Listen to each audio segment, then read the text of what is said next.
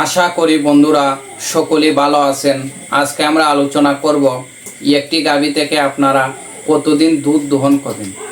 দেখেন, একটি গাভী বাচ্চা প্রসব করার পর বাচ্চাকে 5 থেকে 7 দিন পর্যাপ্ত পরিমাণে দুধ খাওয়াবেন। বাছুরটি যতটুকু দুধ খেতে পারে ততটুকু খাওয়াবেন। দুধ খাওয়ার পর বাটে যতটুকু দুধ থাকে তা দহন করে নেবেন।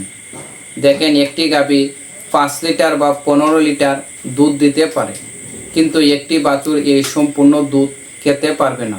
আপনারা যদি বাছুর দুধ খাওয়ার পর বাট থেকে দুধ দহন না করেন তাহলে দেখবেন কিছুদিন যাওয়ার পর দুধ শুকিয়ে যাবে এবং 10-15 দিন পর এই গাভী আর 5 লিটার বা 15 লিটার দুধ দিবে না। অর্থাৎ একটি গাভী যতটুকু দুধ দেওয়ার কথা এতটুকু পরিমাণে আর দুধ দেবে না। এর জন্য আপনারা বাছুর দুধ খাওয়ার পর বাট থেকে সম্পূর্ণ দুধ দহন করে নেবেন, তাহলে ভালো হয়। বাচ্চা প্রসব করার পর গাভীটিকে 60 দিনের মধ্যে হিটে আনার ব্যবস্থা করতে হবে। হিটে আসলে গাভীকে বীজ দিতে হবে। বীজ দেওয়ার তারিখ বা প্রেগন্যান্সি রাখার তারিখ থেকে আপনারা 7 মাস পর্যন্ত গাভী থেকে দুধ দহন করতে পারবেন। কারণ 6 মাস থেকেই একটি বাছুর গাভীর পেটে গ্রোথটা বেশি পরিমাণে বাড়ে।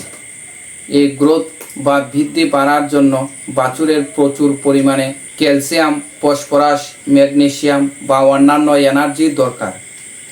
কিন্তু যদি দুধ দহন করা হয় তাহলে দুধের সঙ্গে এই ক্যালসিয়াম, ম্যাগনেসিয়াম, ফসফরাস বা প্রোটিন বেরিয়ে আসে, যা বাছুরকে বৃদ্ধি করার জন্য পর্যাপ্ত নয়।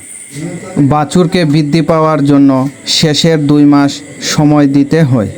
এজন্য আপনারা 7 মাসের পরবর্তী সময়ে গাভী থেকে আর দুধ দহন করবেন না। যদি দুধ দহন করেন তাহলে বাছুর অপুষ্টিতে ভুগবে, বাছুর প্রতিবন্ধী হতে পারে বা বিকলাঙ্গ হয়, বাছুর দুর্বল হবে, বাচ্চা প্রসব হওয়ার পর বাছুর উঠে দাঁড়াতে পারবে না বা গাভীর মিল্ক ফিভার জ্বর হয়। এই সকল সমস্যা থেকে মুক্ত হওয়ার জন্য আপনারা প্রেগন্যান্সি অবস্থায় 7 মাসের পরবর্তীতে আর দুধ দহন করবেন না।